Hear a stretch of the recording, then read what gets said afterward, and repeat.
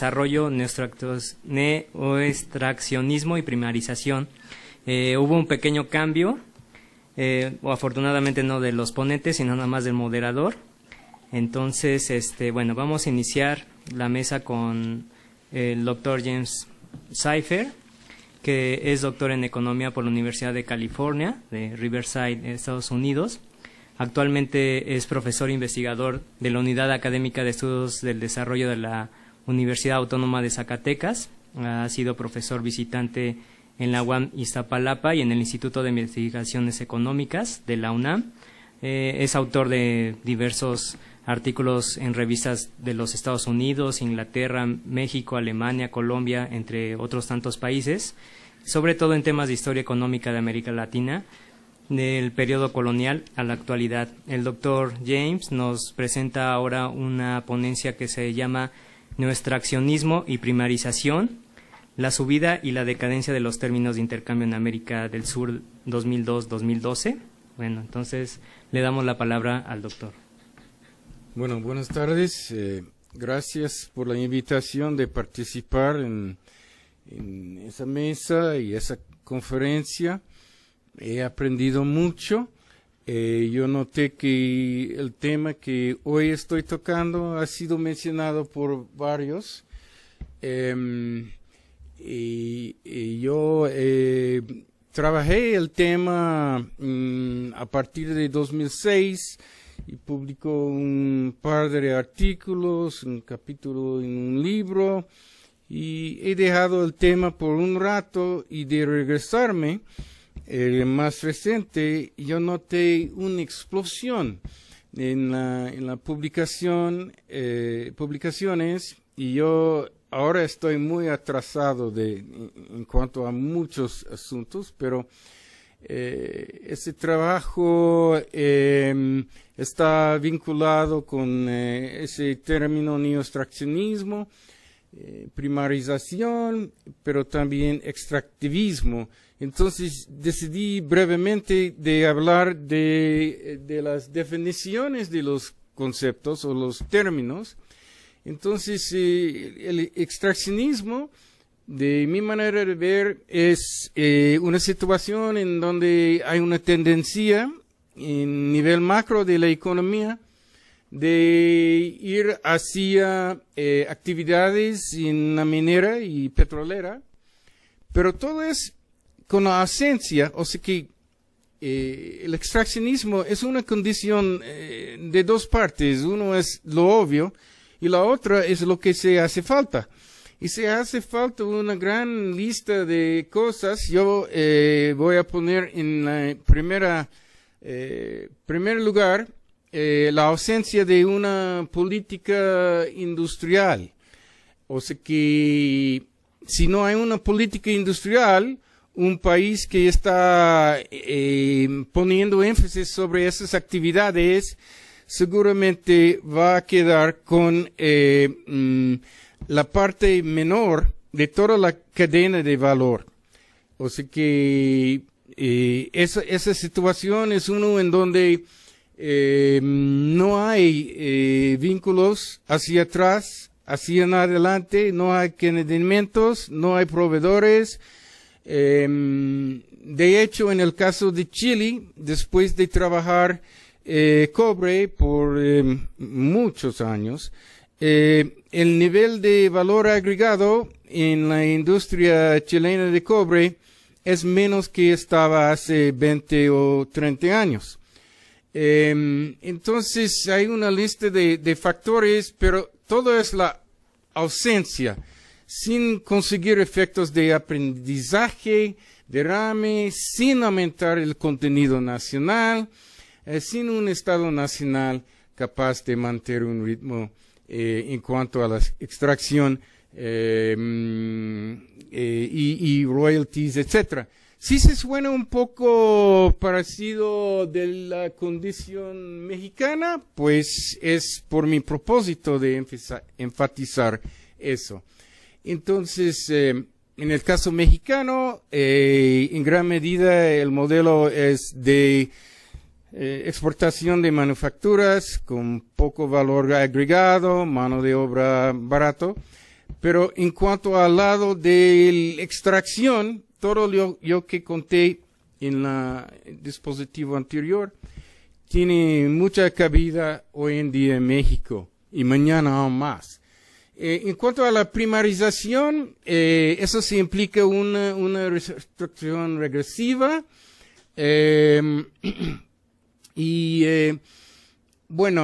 La primarización puede incluir una economía en donde hay actividades de extracción, pero esa palabra se implica aún más hacia el agro, materias primas, cosecha de madera, pescado, y la idea es que un país que está aún en la primarización o puede ser una reestructuración regresiva en donde el país, por ejemplo, a lo largo de América Latina, estaba en procesos de industrialización, llegó la época del neoliberalismo y esos países se terminaron con sus intentos de industrializar y, a fin de cuentas, a lo largo de América Latina, entraron en una especialización que suena mucho del siglo XIX. Entonces no voy a tratar de contar todo, pero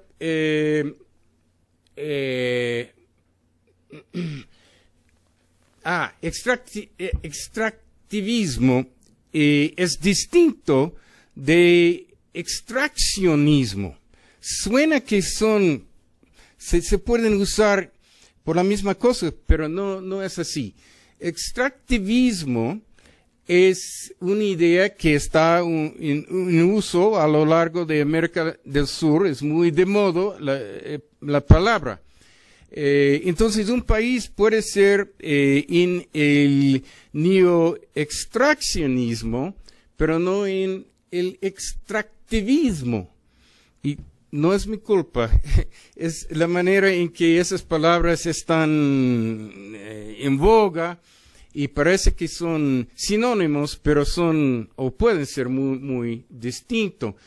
Y la idea es que los países que están en el extractivismo han disfrutado del auge de commodities, tienen un excedente, el Estado está captando una parte de ese excedente y recirculando ese excedente hacia los sectores de alta necesidad, que es bueno, pero eso no da sustento porque toda la historia de los commodities es de auge y caída. Entonces, si llega una década de la subida de los precios de commodities, es el momento de aprovechar lo que ha llegado por casualidad. Y los países a lo largo de América Latina que están en el extractivismo están haciendo las cosas a medidas, o sea que es bueno de tratar de enfrentar las necesidades altas, inmediatas de las capas populares. Pero en el mismo momento, un Estado contundente, como mencionó Cordero, toda esa idea de un Estado capaz es de también impulsar fuerzas endógenas. Y eso es ausente en ese modelo. Entonces, hay una discusión, una gran literatura, sobre todo el que está manejando más esa idea de extractivismo es el Eduardo Guñaz,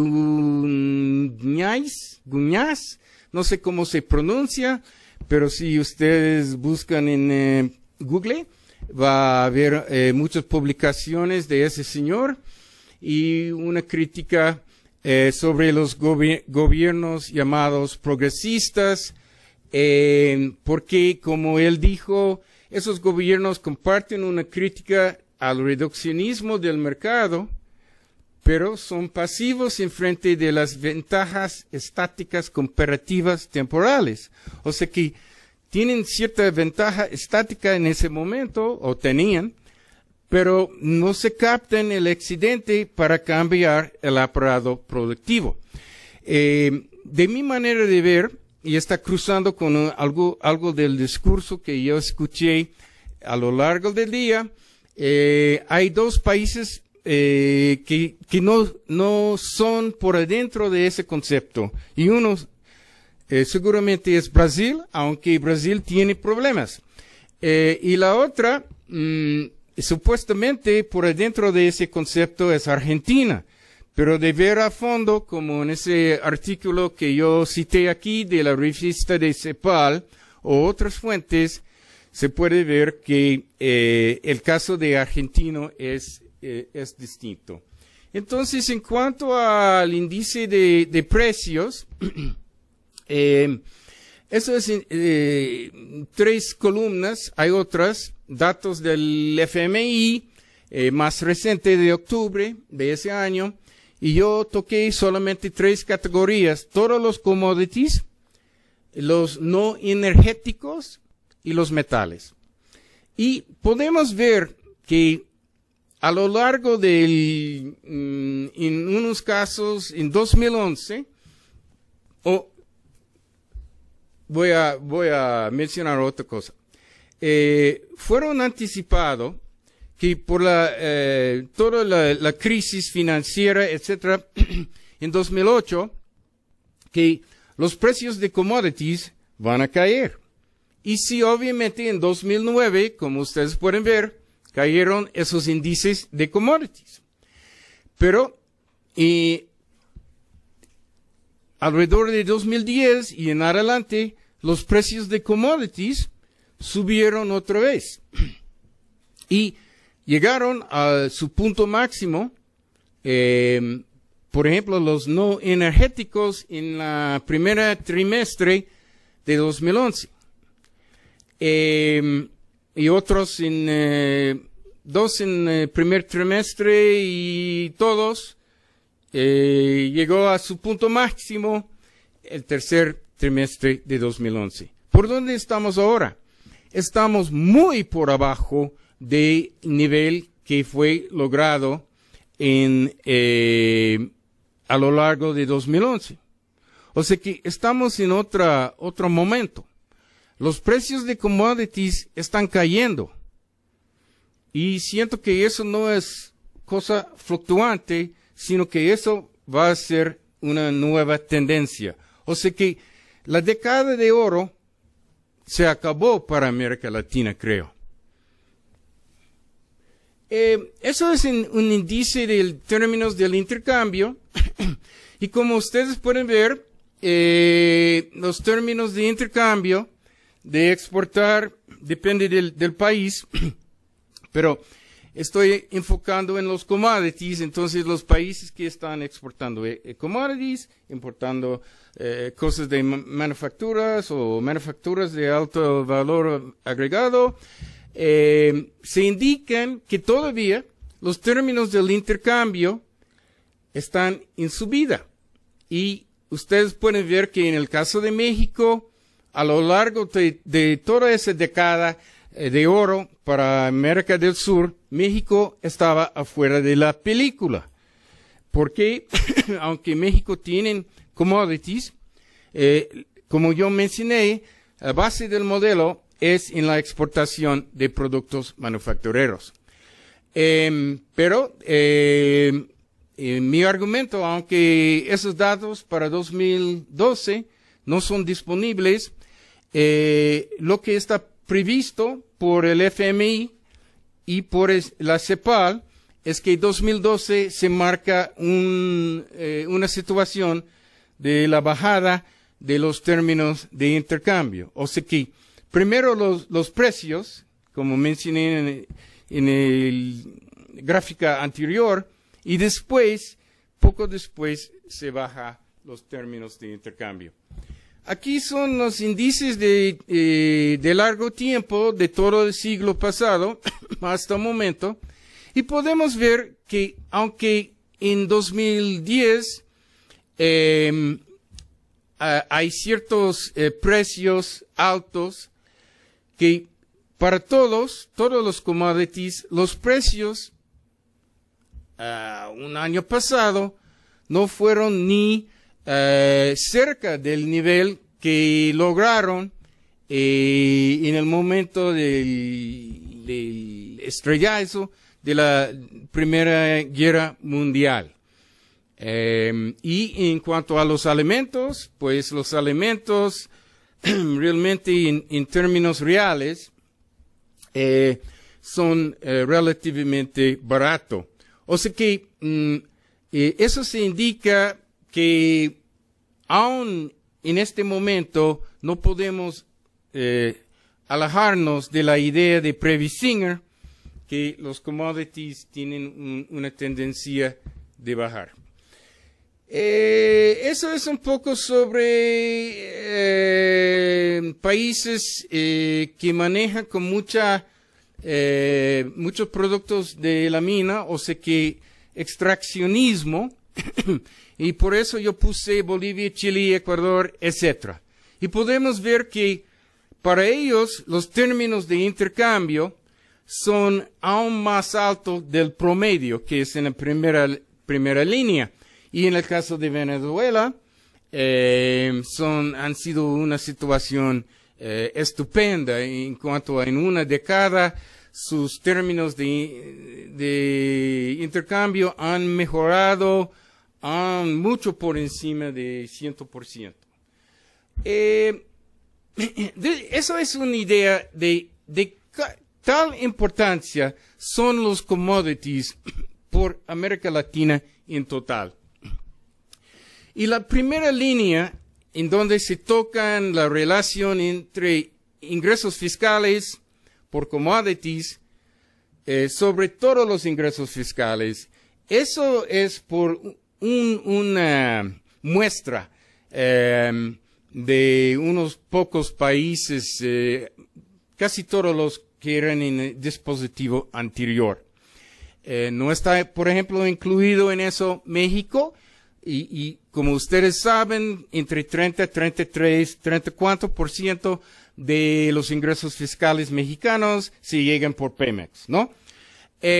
Otra cosa interesante es que no hay datos, o sea que el sistema fiscal a lo largo de América Latina no es tan ordenado de conocer realmente qué es esa relación. O sea, se incluye una variedad de posibilidades. Eso es muy sesgado. Fue hecho por el Banco Mundial.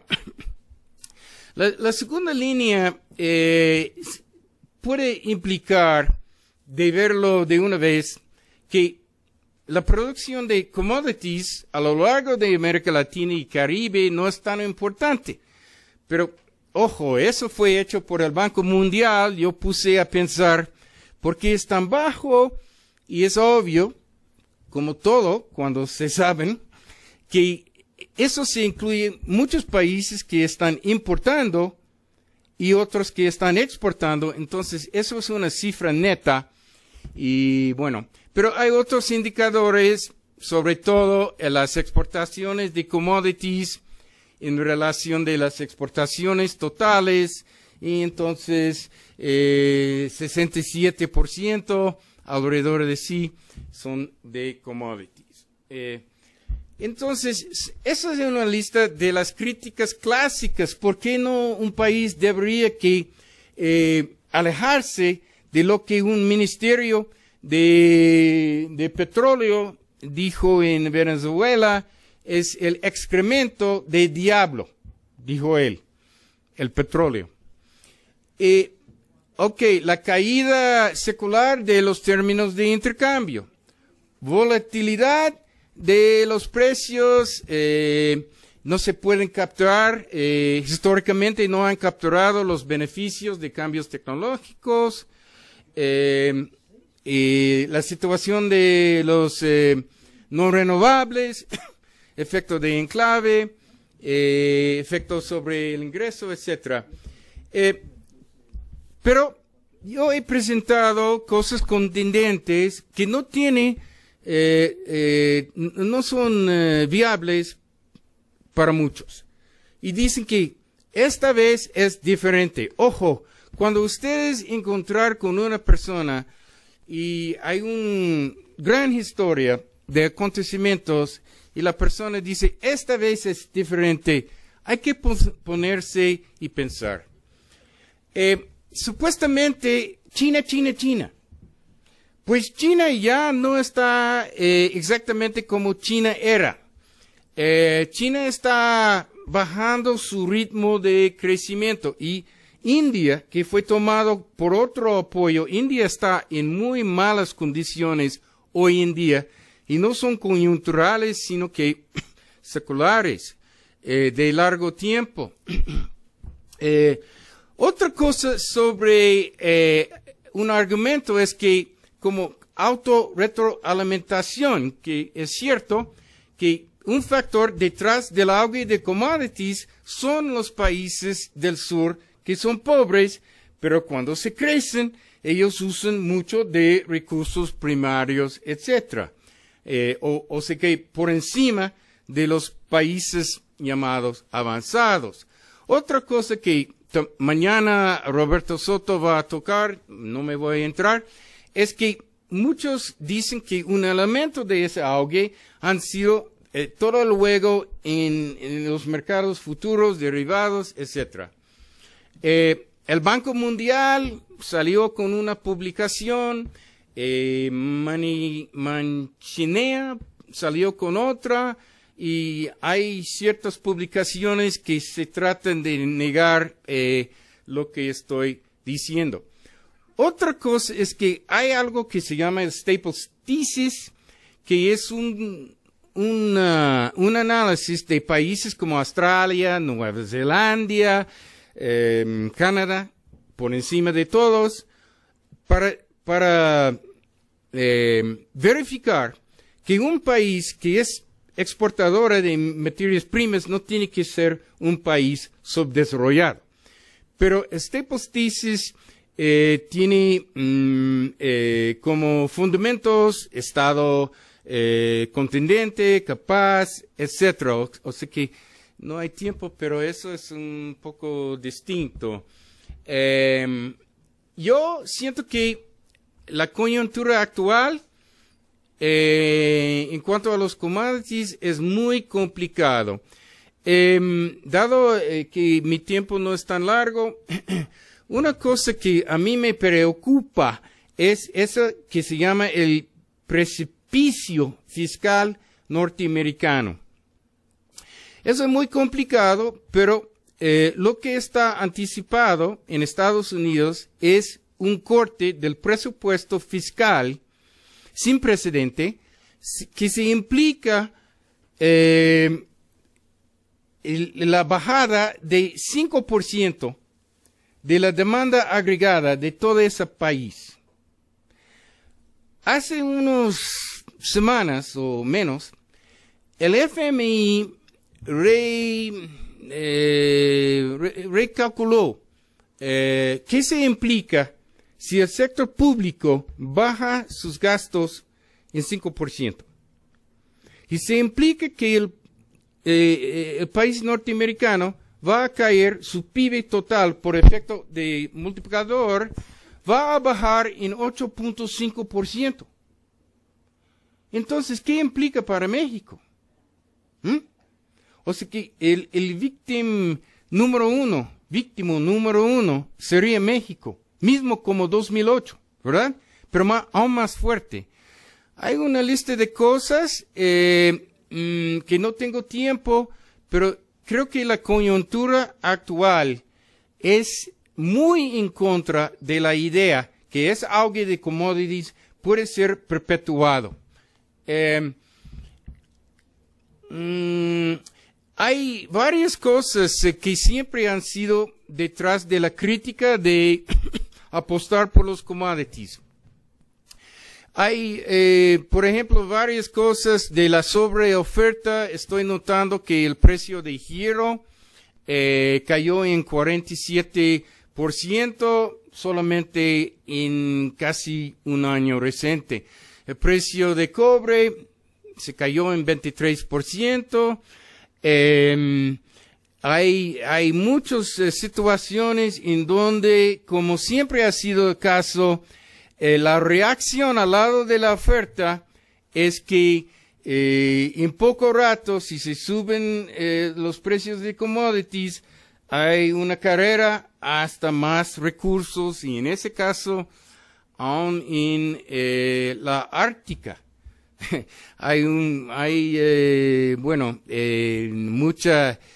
Muchos recursos aparentemente estupendamente grandes. Entonces, estoy planteando que estamos entrando en la tercera etapa de la crisis. Primera 2008, segunda etapa lo de Europa, 2010, 2011 hasta el momento, y por venir en poco rato. Eso es un poco sobre México, pero no tengo tiempo. Yo decidí que tal vez por su situación tiene interés en la situación en México, pero en vez de eso me voy a concluir. Aunque por sorpresa la crisis de 2008-2009 no bajó los precios de commodities, y los países en América Latina no fueron tan tocados por la crisis, supuestamente por la demanda creciente de China y India en aquel entonces. Estamos enfrente de una otra situación. Siento que el detonador sería la situación muy crítica norteamericana. Los países extraccionistas van a ser muy impactados, o sea que ese momento va a revelar los defectos del modelo que ellos han manejado. Y siento que solamente Brasil, y quizás a cierta medida menor, Argentina, tiene la capacidad de amortiguar esos efectos. Y siento que México va a tener un porvenir muy negativo, porque dado ese movimiento hacia los commodities, que es impresionante, el auge de la minera, etcétera, México ya está andando aún más cada momento en el extraccionismo, pero que se quede en la maquiladorización. Entonces siento que, como siempre ha sido en los años recientes, el caso de México es distinto de América Latina.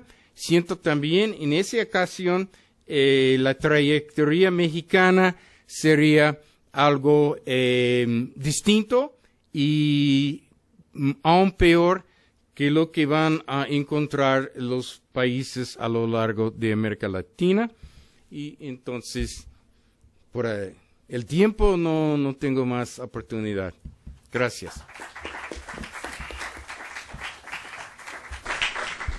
Le damos las gracias al doctor James Seifer. Entonces, pasamos a la siguiente ponencia del doctor Alfredo Guerra Borges.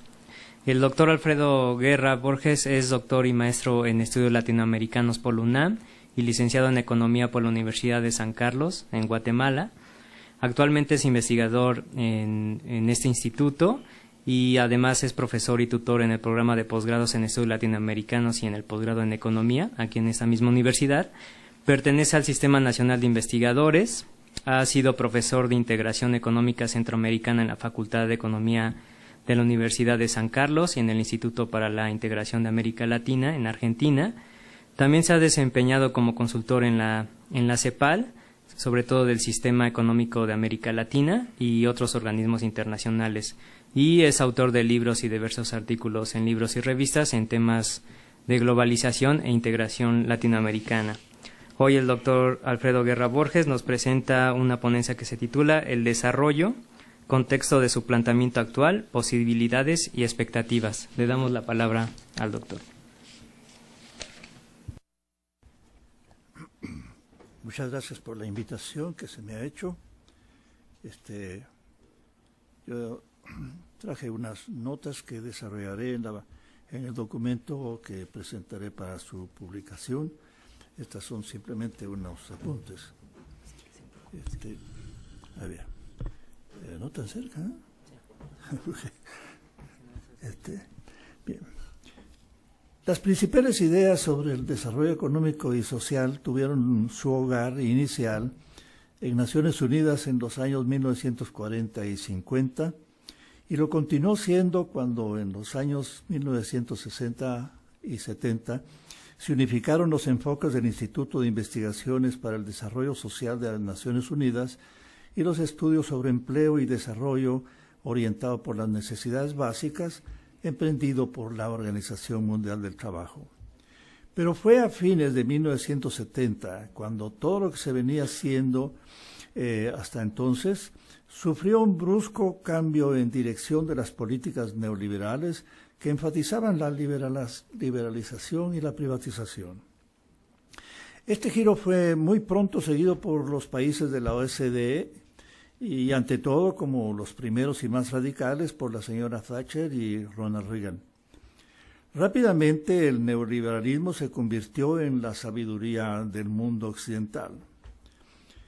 Pero lo que parecía haber caído del cielo no fue sino el resultado de un intenso trabajo preparatorio que hizo de una propuesta menospreciada en años anteriores una poderosa ofensiva contra los fundamentos y el estilo de las políticas económicas de la posguerra. En una conferencia en París, Susan George, la destacada luchadora del Movimiento Mundial de Ciudadanos, dijo al respecto lo siguiente: en los años 70 del siglo XX, un triunfo del neoliberalismo era considerado como una fantasía inofensiva. Pero ellos, los neoliberales, comprendieron que las ideas tienen consecuencias y realizaron un trabajo ideológico y promocional absolutamente brillante. Trabajo que consistió en la creación de cientos de universidades, editoriales, centros de investigación, la publicación de innumerables libros y revistas. En una palabra, todo lo necesario para crear las condiciones de lo que Gramsci denominó hegemonía cultural. Lo esencial de las propuestas neoliberales fueron la liberalización económica y la desregulación. Por unos 15 años, de los 80 para mediados de los 90, las propuestas neoliberales fueron la liberalización económica y la desregulación, como acabo de decir. Por esos 15 años, la orientación predominante de las políticas económicas en todo el mundo ha sido el levantamiento de las barreras al comercio internacional y a la inversión, la venta de empresas estatales al sector privado y el ajuste fiscal y monetario. Los países latinoamericanos, con variaciones de unos países a otros, se apresuraron más que en ninguna otra región del mundo a hacer suyas las disposiciones del llamado Consenso de Washington. En términos generales, la índole y la intensidad de las reformas en América Latina en los años 90 superaron todo lo conocido hasta entonces, pero los resultados fueron desalentadores en términos de crecimiento económico, reducción de la pobreza, redistribución del ingreso y condiciones sociales. Una de esas extravagancias fue excluir el desarrollo de la agenda de los estados. De paso, hay que aceptar que en el mundo académico latinoamericano la investigación en desarrollo en buena medida perdió la relevancia que anteriormente tuvo. Hay que reconocer, sin embargo, que las mentalidades neoliberales siguen gobernando numerosos países, como se viene poniendo en evidencia en estos críticos tiempos de los que está pasando la economía mundial, principalmente, diría yo, en la crisis de Europa. Al no tenerlo en cuenta, la rehabilitación del desarrollo posiblemente encuentre escollos que no se han anticipado. Transcurridos los años en que se ejercieron las mayores presiones para operar el cambio de escenario económico mundial, para América Latina se abrió un cuadro modificado profundamente en nada parecido al conocido en los años 1950-70, cuyas ideas pesan todavía mucho en nuestro enfoque, sobre todo del desarrollo. Con la brevedad que demandan las circunstancias, trazaremos enseguida un esbozo del medio en que se plantea la reactivación de la agenda del desarrollo. La liberalización del intercambio comercial y la desregulación de las inversiones y las actividades financieras llegaron en los años 80 para quedarse. En un marco general desprotegido, se abren oportunidades de negociación y concertación de acuerdos, lo que no significa, pensando en el desarrollo, un marco de desprotección irremediable, pues si se sabe negociar, es en el propio interés de la concertación admitir el establecimiento de márgenes de tratamiento preferencial cuando así lo demande la promoción de medidas que favorezcan la eficiencia de las inversiones, la obtención de las economías de escala y en general de una competitividad auténtica en vez de una que descanse en la restricción de los salarios y de los beneficios sociales.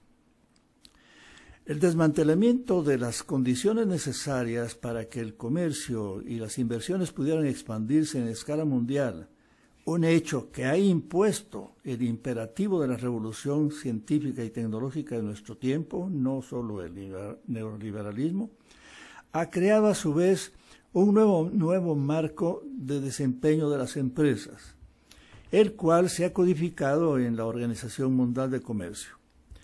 Se puede partir del supuesto de que esta nueva legislación internacional crea un contexto más favorable para la ejecución de políticas de desarrollo, pero en una época en que es marcada la tendencia a concertar acuerdos de asociación o de integración con los países desarrollados, lo que advertimos es que está abierta la posibilidad de que estos no se limiten al marco indicado, la OMC, pues como es usual, la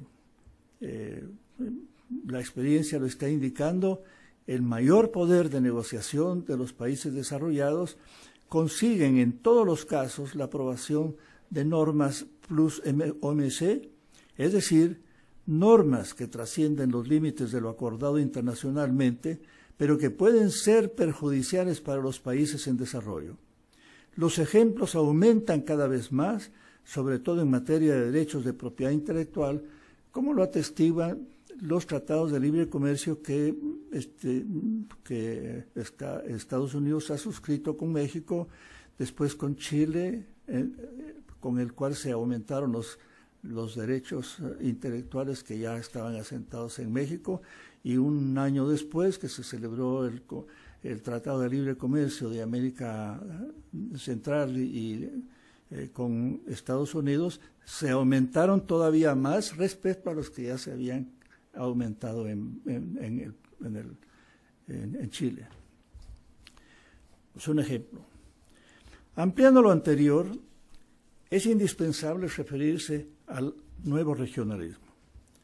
Desde 1990, la aparición del nuevo regionalismo es reconocida como uno de los rasgos característicos de las políticas económicas y de las relaciones externas de los países de América Latina. El nuevo regionalismo no constituye una reformulación de un acuerdo de integración como ocurrió en los años 80 con el establecimiento de ALADI en sustitución de la Asociación Latinoamericana de Libre Comercio, el protocolo modificatorio del Acuerdo de Cartagena en 1984 o la aprobación en 1991 del protocolo que constituyó nuevo marco institucional de la integración regional centroamericana. Por el contrario, el nuevo regionalismo se basa en acuerdos regionales, como los existentes actualmente en Mercosur, la Comunidad Andina, el Sistema de Integración Centroamericana o la Caribbean Community. Si el acuerdo es entre países en desarrollo, se les conoce como Acuerdo Sur-Sur. Pero, por ejemplo, en el caso de México, que de facto tenía una estrecha vinculación con Estados Unidos, optó por darle estabilidad a sus relaciones con este país y estrecharlas más mediante la suscripción del Tratado de Integración de América del Norte, que fue en América Latina el primer acuerdo de tipo norte-sur. Al nuevo regionalismo se le ven ventajas que los defensores del libre comercio consideran muy superiores a los acuerdos regionales preferenciales. Pero asimismo, quienes abrigamos temores y reservas que no son ociosas, sino tienen base en la observación y el balance de la experiencia de la que ya es posible disponer, nos resistimos a aceptar a priori las ventajas de que hablan los partidarios convencidos del libre comercio. Me refiero en primer lugar a lo que sigue al pensamiento de estos señores. Del lado de las ventajas se argumenta que como resultado de la liberalización unilateral y multilateral se ha abierto la posibilidad de profundizar la integración con la economía mundial, lo que pondría a nuestro alcance bienes y recursos que anteriormente no estaban disponibles o su disponibilidad se postergaba debido a la aplicación de políticas con pretensiones autárquicas, que es lo que se dice del tiempo de la industrialización sustitutiva. La concertación de estos acuerdos abren a los países de menor desarrollo relativo la posibilidad de obtener un trato preferencial en los grandes mercados de los países de altos ingresos, opinan los partidarios del libre comercio.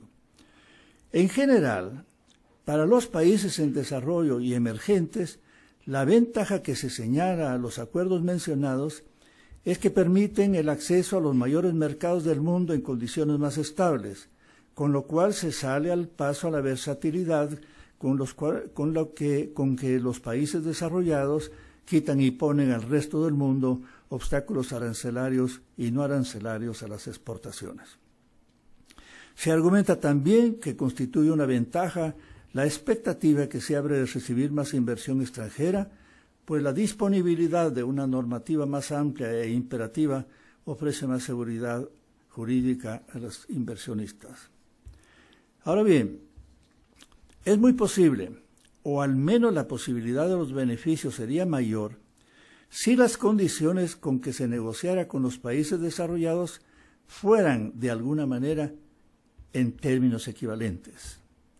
Pero en la práctica, las desventajas están del lado de los países en desarrollo y emergentes. Lo que la experiencia pone de manifiesto es que, como lo apunta Roberto Bouzas, varias características estructurales de la integración norte-sur parecen apuntar en dirección contraria y dificultar la reciprocidad. He aquí, para mí, la cuestión cuando se señalan las desventajas. En primer lugar, los acuerdos norte-sur están basados todos en la reciprocidad de las concesiones mutuas. La norma fundamental que los rige es la reciprocidad.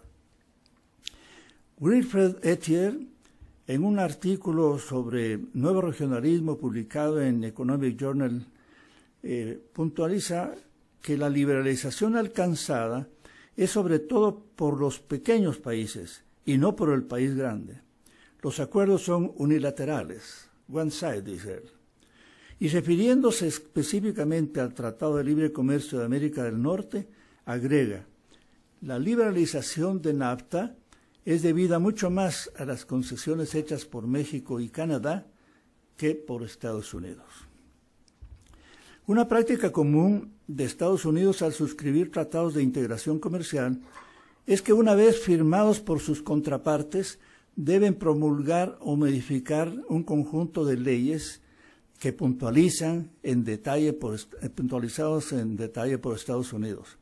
Y en tanto esta condición no sea plenamente satisfecha, el tratado no es enviado al Congreso de Estados Unidos y, por tanto, para este país, Estados Unidos, el tratado no surte efectos, aunque los otros países firmantes ya lo tengan en vigor de acuerdo con sus normas jurídicas. Un caso muy ilustrativo es por ejemplo, la celebración del Tratado de Libre Comercio con Colombia se aprobó, pero pasaron 4 o 6 años para que Estados Unidos lo pusiera en vigor por estas razones. Lo mismo que en el caso de Centroamérica, es más notable. los 5 países centroamericanos que suscribieron conjuntamente el acuerdo, Estados Unidos obligó a la toma de esas, le impuso esas condiciones, los aprobaron los congresos respectivos, menos el de Costa Rica. El de Costa Rica, la presidencia convocó en vista de la resistencia que había, convocó a una consulta popular y por poco la pierde. Hasta entonces tuvo que comenzar Costa Rica, su parlamento, su congreso, a discutir, y como lo han hecho con mucha parsimonia, todavía, después de 4 o 6 años de que ya todos los otros 4 países de Centroamérica ya tienen en vigor su tratado, ya lo reconoció Estados Unidos, todavía no es el caso de Costa Rica.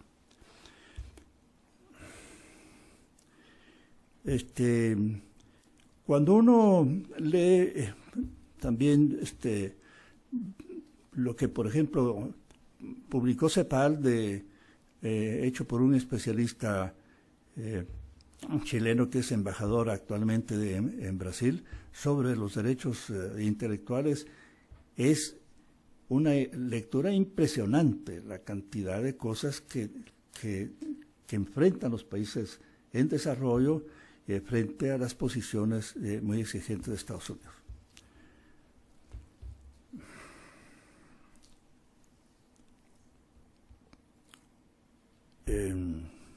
Bien. Hace un momento hice alusión a las varias características estructurales de la integración norte-sur que apuntan a dificultar la reciprocidad. Me refiero a una de estas. Innegable y fundamental, que es la asimetría de las partes cuando se negocian acuerdos de libre comercio norte-sur. Esto significa que una de las partes tiene un gran poder de negociación, superior invariablemente al de la parte asimétrica menor, un poder que le permite imponer las condiciones de la negociación, la regla de lo toma o lo deja, pero si no lo toma no hay tratado. Es posible que los defensores de las ventajas de las negociaciones en el marco del nuevo regionalismo, concretamente de los acuerdos de tipo norte-sur, confíen con su buena fe en que la parte asimétrica superior otorgue a todos los tratamientos preferenciales necesarios que hagan posible compensar la asimetría estructural y la frágil promesa de la reciprocidad. Pero Calderón de la Barca nos alertó hace 500 años que los sueños son. Termino anotando solamente, porque no se puede en el tiempo disponible, entrar a conversar sobre lo que llaman hoy día ya regionalismo postliberal, que está singularizado en la Unión de Naciones Sudamericanas, UNASUR, y la propuesta venezolana de la Alianza Bolivariana para los Pueblos de Nuestra América, el ALBA. Yo termino, en primer lugar, felicitando al Instituto, a su revista, en particular a su directora, por haber tomado la iniciativa de convocar a este seminario, pero más pensando en futuro, por haber planteado el tema de la siembra del desarrollo nuevamente. A mí en particular, el término de sembrar el desarrollo me parece muy acertado si lo vemos como la resiembra, ya no como resiembra, sino como volver a sembrar una temática que casi desapareció de los países latinoamericanos en la etapa de la ofensiva neoliberal. Hace cosa de unos 2 años o 3, hicimos con otro amigo de aquí una revisión en los institutos y universidades de América Latina para ver cuáles tenían antes un centro o un instituto dedicado al estudio del desarrollo. Y encontramos que en unos 66 casos lo habían tenido, pero después de la ofensiva neoliberal los habían cancelado. De manera que ahora, cuando se ponga en marcha este proyecto, que si lo preside la doctora Alicia, no tardará mucho en comenzar a marchar, habrá que tomar en cuenta que partiendo de que hay una oportunidad ahora, lo siguiente es, recogiendo la experiencia de las siembras, hay que preparar las tierras y después sembrar. La preparación de las tierras consistiría, en mi juicio, en volver al estudio del desarrollo desde dos puntos de vista, desde el punto de vista de la teoría y desde el punto de vista del análisis de las experiencias que tenemos hoy día en los distintos procesos latinoamericanos, para después tener la oportunidad de pasar a la elaboración de las propuestas que pudieran ayudarnos después de la crisis más seria, según el criterio que se nos ha indicado, que nos permita, porque hoy día sí realmente las condiciones para iniciar en efecto el desarrollo me parecen un poquito una ilusión. Gracias, doctor Guerra. Bueno, todavía tenemos unos minutos para contestar unas preguntas que nos hizo el público. Entonces les cedemos la palabra al doctor James Seifer para que nos exponga sus respuestas. Bueno, yo recibí 3 preguntas y voy a tratar de hacer un síntesis un poco, aunque las preguntas son muy distintas. Y uno es sobre los aspectos de la financiarización de los commodities y la cuestión de cómo se vincula con el tipo de cambio, sobre evaluación de la moneda, etcétera. Como yo mencioné, no soy experto en el circuito de la moneda. No he hecho trabajos y creo que mejor si ustedes pueden asistir mañana. Roberto Soto va a presentar precisamente sobre ese tema y él maneja muy bien esa problemática. La segunda tiene que ver, por sorpresa, algo sobre los Estados Unidos. Y la pregunta es que si es factible que los Estados Unidos va a reimpulsar su mercado interno y incluyendo en esa que da espacio para México como una oportunidad de exportar productos con alto valor agregado. A semejanza de lo que hizo Japón, o sea que los gansos volantes se llaman, el modelo de Japón. Japón fue el líder y cuando Japón creció se atrayó países como Tailandia y Corea y otros. Bueno, entonces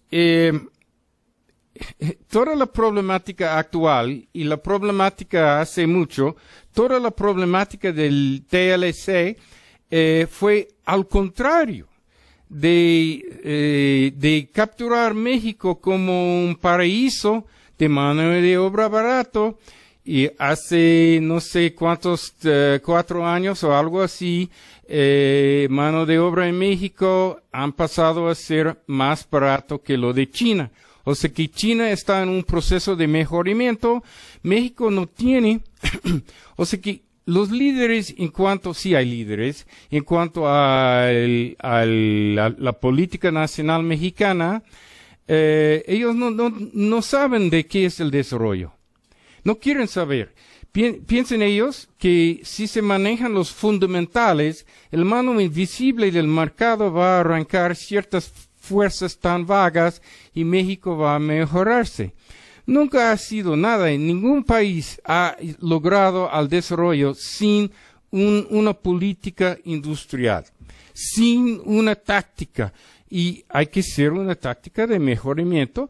El modelo mexicano es totalmente pasivo y, bueno, no hay ningún chance ni de la reimpulsación del mercado interno norteamericano, porque si gana Romney va a va a bajar los impuestos para los ricos, va a hacer más deregulación, va a hacer todo lo que se queda posible para el modelo neoliberal y va a cruzar sus brazos y esperar al mano invisible. Y el mano invisible está dando a los ciudadanos norteamericanos un tipo de golpe que yo no puedo mencionar. Bueno, entonces, otra pregunta es que, dado la baja nivel de eficiencia de las industrias nacionales en México, ¿qué podría hacer el gobierno de México para amortiguar los efectos del precipicio fiscal? Bueno, ha sido una elección supuestamente en México y hay un presidente por venir. Ese presidente, aunque no sabemos de la política, es muy, muy dudoso que ellos van a hacer precisamente lo revés que están haciendo en ese momento. Es decir que, ¿cómo se pueden revertir la situación en cuanto a los commodities en México? No sé si puedo mostrar un dispositivo. ¿Cómo se hace en grande eso? ¿Es esa? ¿Estamos? Entonces, o sea que la pregunta es que ¿cómo pueden manejar más en una forma coherente esa industria de extracción en México? Pues yo siento que el pasado es una indicación del presente y el futuro. Si un país ha hecho tonterías como han hecho, que se muestren con esas cifras en cuanto a ese nuevo auge de la minera, pues, ¿cuáles son las posibilidades? O sea que el entreguismo sin pares es el modelo mexicano actual en cuanto al extraccionismo. Y en gran medida los canadienses están cortando el pastel y hay un poco más, hay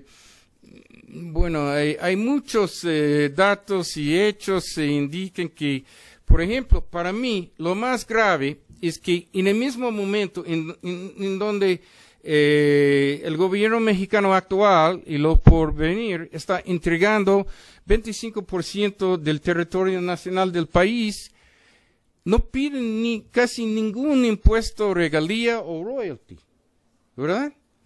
Entonces, ¿por dónde son las fuerzas en la coyuntura que pueden revertir esa situación? En la petrolera,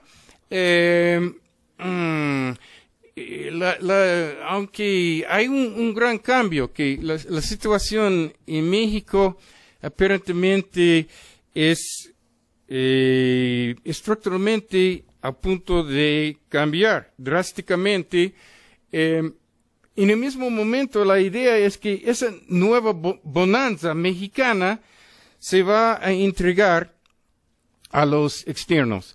O sea que en Brasil hay un auge, no sé si tengo algo de, no, pero hay un auge en Brasil, y en Brasil la idea es de complementar el papel de BNDES, que es el Banco del Desarrollo, y la industria petrolera, y empujar una nueva industria de la construcción de buques, de petroquímico, de contenido nacional, etcétera. O sea que lo que está haciendo Brasil es 180 grados al revés que lo que está haciendo México hoy en día. Doctor Guerra Borges. Ante el agotamiento del modelo económico neoliberal de Milton Friedman, ¿regresará Keynes? Bueno, el modelo de Keynes pasó por muy mal rato cuando, después del inicio de esta crisis que no ha terminado todavía, es decir, 2008-2009, porque no supo anticipar los acontecimientos, ni tampoco fue capaz de poder ayudarlos a compensar. Los acontecimientos superaron la capacidad de la teoría keynesiana para hacerles frente. Pero yo creo que está de nuevo, tiene todas las posibilidades de poder prestar algún servicio, diría yo ahora. Y lo digo en esta forma porque no es de ninguna manera porque lo menosprecie de ningún modo, siempre ha tenido un gran valor, sino porque, en primer lugar, personalmente me pregunto,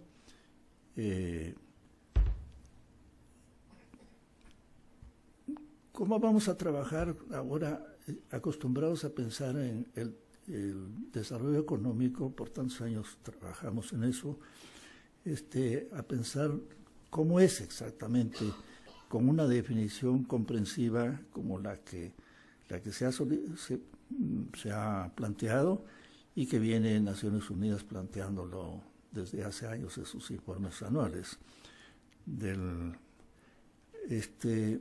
Eso por una parte.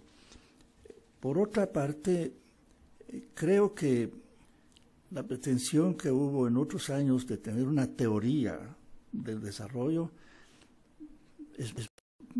pienso que es muy difícil que esta vez podamos hablar de algo parecido.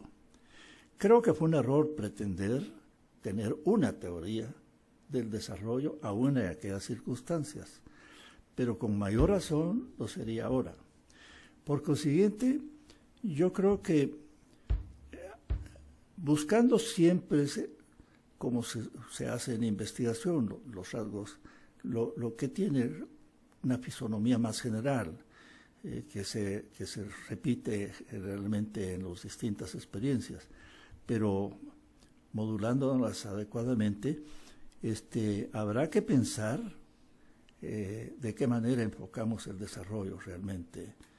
No estoy muy convencido de que podamos hacerlo de inmediato. La tarea de pensar, de discutir de qué desarrollo estamos hablando en estas circunstancias y de qué tipo de desarrollo estamos hablando, partiendo de que ya no hablaremos solo del económico. Iremos descubriendo y a través, diría yo entonces, intensificando el intercambio con otros centros que también tengan la misma preocupación, pero concretamente intercambio sobre lo que se viene haciendo en materia de reflexión en busca de una teorización. Podremos ir encontrando muchos más elementos. Entre tanto, tendrá necesariamente que irse superando la crisis actual, porque vuelvo a insistir que yo creo que pretender hacer propuestas como para aplicación muy inmediata es no tomar en cuenta en realidad lo que está pasando como crisis en Europa, etcétera, y el anuncio que nos acaba de hacer Cypher, pues le va a ir muy mal a México, pero no solo a México.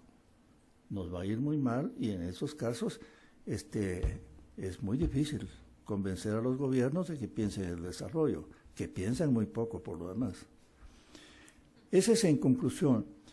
Pienso en primer lugar entonces que ya no puede tenerse una teoría de la integración que podemos ir construyendo elementos para distintas teorías de la integración y según también los ambientes a los cuales está destinada esa teoría. No vamos a pensarlos igual que en España, después de salir de esta crisis. Me imagino que en general los países europeos, después de lo que están pasando, y de que han sabido lo que es la mano del Fondo Monetario Internacional, creo que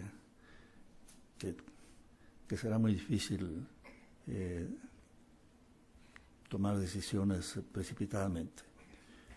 Investigar. Estamos en un instituto de investigación, lo primero es investigar. Bueno, damos gracias a los dos ponentes y los invitamos mañana a las 9 de la mañana con la primera mesa. Entonces nos vemos mañana. Gracias.